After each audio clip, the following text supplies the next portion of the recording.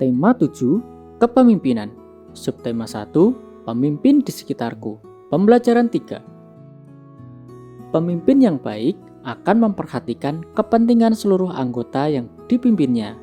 Pemimpin yang baik juga akan selalu mengajak anggotanya berbuat baik. Bacalah bacaan yang berjudul Pak Abdi berikut ini.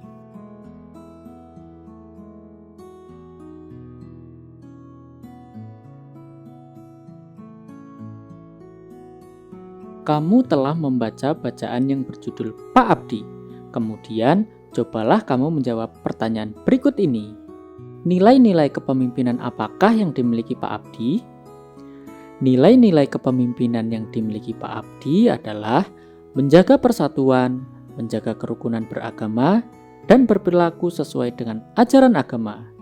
Manfaat apa yang diperoleh penduduk dari program atau kegiatan Pak Abdi? Penduduk menjadi aman, tentram, dan makmur.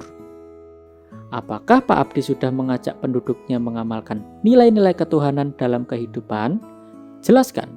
Pak Abdi sudah mengajak penduduknya mengamalkan nilai-nilai ketuhanan dalam kehidupan. Pak Abdi selalu mengajak warganya agar senantiasa bersyukur atas anugerah Tuhan dan berperilaku sesuai dengan ajaran agama.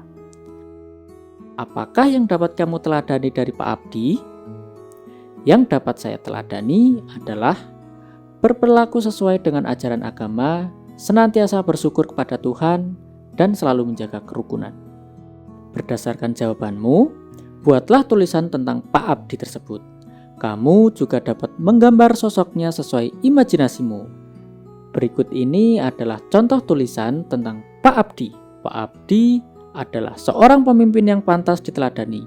Dia selalu menjaga kerukunan warganya. Selain itu, dia senantiasa mengajak warganya agar selalu bersyukur atas anugerah Tuhan dan bertindak sesuai dengan ajaran agama. Inilah yang menyebabkan warganya selalu rukun, damai, dan makmur. Pak Abdi menunjukkan penerapan nilai ketuhanan dalam masyarakat. Apa sajakah bentuk-bentuk penerapan nilai ketuhanan dalam kehidupan sehari-hari? Berikut adalah nilai-nilai yang terkandung dalam Sila ke-1 Pancasila, yaitu ketuhanan yang Maha Esa. 1. Percaya dan takwa terhadap Tuhan yang Maha Esa. 2. Mengembangkan sikap hormat menghormati dan bekerja sama antara pemeluk agama dan penganut kepercayaan yang berbeda-beda terhadap Tuhan yang Maha Esa. 3. Membina kerukunan hidup di antara sesama umat beragama dan kepercayaan terhadap Tuhan yang Maha Esa. 4. Agama dan kepercayaan terhadap Tuhan Yang Maha Esa adalah masalah yang menyangkut hubungan pribadi manusia dengan Tuhan Yang Maha Esa. 5. Mengembangkan sikap saling menghormati, kebebasan menjalankan ibadah sesuai agama dan kepercayaan masing-masing. 6.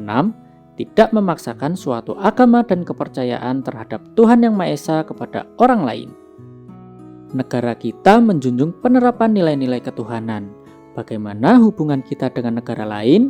Negara kita berperan aktif dalam bekerja sama antar negara, misalnya dengan negara-negara ASEAN. Sekarang, perhatikanlah gambar peta negara-negara Asia Tenggara di bawah ini. Setelah melihat peta Asia Tenggara, kamu jadi tahu letak-letak dari negara tetangga kita yang masuk dalam kawasan Asia Tenggara. Berikut ini ada beberapa soal. Jawablah soal berikut dengan teliti. 1. Negara apa saja yang masuk dalam wilayah Asia Tenggara? Negara yang masuk dalam wilayah Asia Tenggara yaitu Kamboja, Laos, Myanmar, Thailand, Vietnam, Brunei, Filipina, Indonesia, Malaysia, dan Singapura. 2. Negara apa saja yang masuk sebagai anggota ASEAN? Negara yang masuk sebagai anggota ASEAN adalah Brunei, Filipina, Indonesia, Kamboja, Laos, Malaysia, Myanmar, Singapura, Thailand, Vietnam. Apa sumber daya yang menjadi keunggulan tiap negara ASEAN? Sumber daya yang menjadi keunggulan tiap negara ASEAN adalah Indonesia, sumber daya unggulan rempah, beras, kopi, teh, kelapa sawit. karet, tebu, gas alam, timah, emas, tembaga. Malaysia sumber daya unggulan padi, karet, teh, kelapa sawit, minyak bumi, gas alam, timah, emas, dan bauksit. Brunei Darussalam sumber daya unggulannya yaitu minyak bumi, gas alam, kelapa, kelapa sawit, dan karet. Singapura tidak memiliki sumber daya unggulan dikarenakan luas negara Singapura yang kecil, namun bidang perdagangan dan industrilah yang menjadi sumber penghasilan negara tersebut. Kamboja sumber daya unggulannya adalah karet, beras, kayu, dan ubi-ubian. Laos sumber daya unggulannya yaitu kayu jati dan cendana. Myanmar sumber daya unggulannya adalah tembaga, emas, timah, seng, perak, batu permata, gas alam, nikel, beras, kacang-kacangan, dan karet.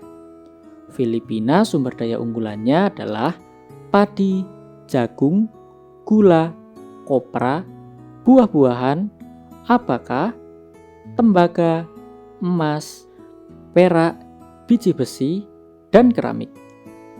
Thailand sumber daya unggulannya adalah beras, jagung, tebu, ubi-ubian, karet, cengkeh, kayu jati, kayu besi, timah, tembaga, minyak bumi, gas alam, biji besi, emas, timbal, dan wolfram.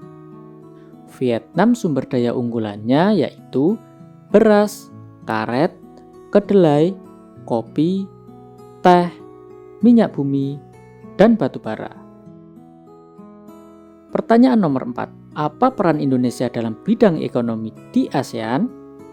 Peran Indonesia dalam bidang ekonomi di ASEAN yaitu 1. Mendukung terbentuknya Masyarakat Ekonomi ASEAN atau MEA. 2. Ikut serta berperan dalam lumbung padi ASEAN.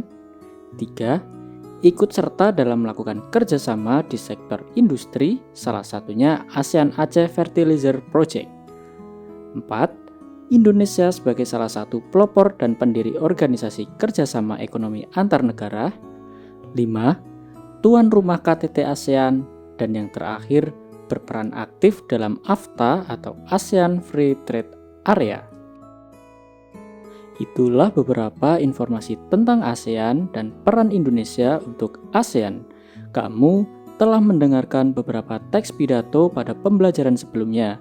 Keseluruhan teks pidato itu memuat hal-hal pokok yang sama. Teks pidato harus memuat hal-hal pokok berikut.